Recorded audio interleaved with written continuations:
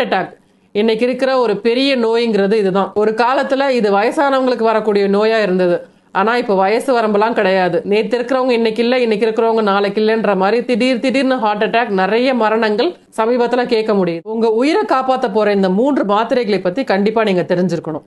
யாருக்காவது மாரடைப்பு ஏற்பட்டா ஆம்புலன்ஸ்க்கு கால் பண்ணிட்டு இந்த மாத்திரைகளை அவங்களுக்கு உடனே கொடுக்கணும். Disprin 325 mg 1 tablet, atorvastatin 80 mg 1 tablet, Clopitab 150 mg 2 tablet. இந்த மாத்திரைகளை எடுத்தவுடன் உடனடியாக நெஞ்சுவலி குறைந்து இதயத்திற்கு செல்லும் இரத்த ஓட்டம் சீராகி அந்த நபர் காப்பாற்றப்படுவார். மாரடைப்பு ஏற்படும் போது நெஞ்சுவலி, மயக்கம், வியர்த்து கொட்டுதல், இடது கையில் வலி, முதுகில் வலி போன்றவை ஏற்படும். மிக முக்கியமான விஷயம் என்னன்னா, இந்த அறிகுறிகள் வந்த உடனேயே மாத்திரைகளை உடனடியாக எடுத்துக்கணும். ஏன்னா இதயத்திற்கு செல்ல வேண்டிய ரத்த ஓட்டம் தடைப்பட்டா வெறும் 30 நிமிஷத்திலேயே இதய தசைகள் இறக்க தொடங்கும். அதனாலதான் பலர் மருத்துவமனைக்கு போற வழியிலேயே இறந்துடுவாங்க. இன்னும் சில பேர் மருத்துவமனைக்கு போயும் சிகிச்சை பலனளிக்காமல் இறந்துருவாங்க. அதனால சரியான நேரத்துல உடனடியாக இந்த மாத்திரைகளை கொடுக்கறது ரொம்ப முக்கியம்.